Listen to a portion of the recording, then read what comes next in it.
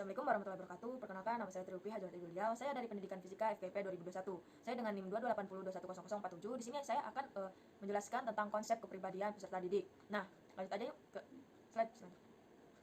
Nah, yang pertama itu ada kepribadian. Nah, kepribadian itu merupakan terjemahan dari bahasa Inggris, yaitu personality. Nah, kata personality itu sendiri itu berasal dari kata atau bahasa lain, yaitu pesona, yang berarti topeng yang digunakan oleh para aktor dalam suatu permainan atau pertunjukan. Nah, bisa kita simpulkan bahwa kepribadian itu sebagai seperangkat asumsi tentang kualitas tingkah laku manusia beserta definisi empirisnya. Nah, kepribadian siswa itu merupakan ciri atau karakteristik atau juga gaya atau juga sifat khas dari diri seorang siswa yang bersumber dari bentukan-bentukan yang diterima dari lingkungannya. Misalkan kayak lingkungan keluarga pada saat mereka masih kecil, dan juga bawaan seseorang sejak lahir. Nah, sebagaimana yang dinyatakan oleh Zuhair ini, itu bahwa kepribadian siswa itu adalah hasil dari suatu proses kehidupan yang dijalani seseorang. Nah, oleh karena itu proses yang dialami oleh seseorang kan berbeda-beda ya, maka otomatis kepribadian tiap-tiap orang itu akan berbeda-beda pula. Nah, selanjutnya itu ada di slide selanjutnya.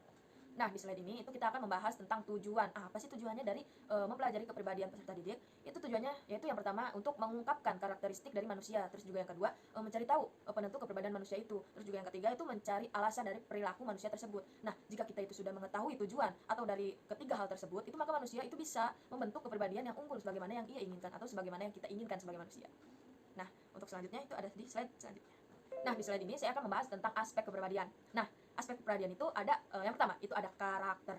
Nah, karakter yang dimaksud di sini itu adalah sebagaimana manusia itu konsekuen atau tidaknya dalam mematuhi etika perilaku, ataupun seperti konsisten atau tidaknya dalam memegang pendirian atau pendapat. Nah, yang kedua itu ada temperamen, di mana maksud di sini adalah manusia itu mereaksi terhadap rangsangan-rangsangan yang datang dari lingkungannya.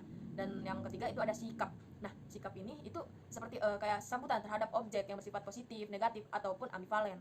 Nah, yang selanjutnya itu ada stabilitas emosi, yaitu kestabilitasan reaksi emosional terhadap rangsangan dari lingkungannya. Nah, yang selanjutnya itu ada responsibilitas atau bisa disebut juga dengan tanggung jawab ya.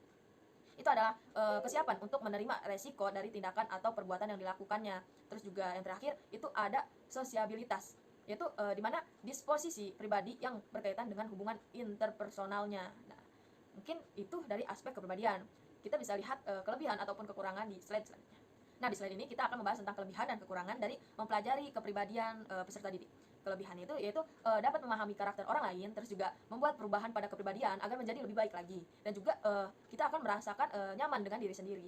Terus untuk kekurangannya, apa sih kekurangannya? Nah, yang pertama itu sulit memahami diri sendiri dan orang lain itu sangat sulit ya, teman-teman. Terus juga tidak merasa puas dengan diri sendiri. Terus juga sulit mengontrol, yang namanya mengontrol diri itu sangat sulit.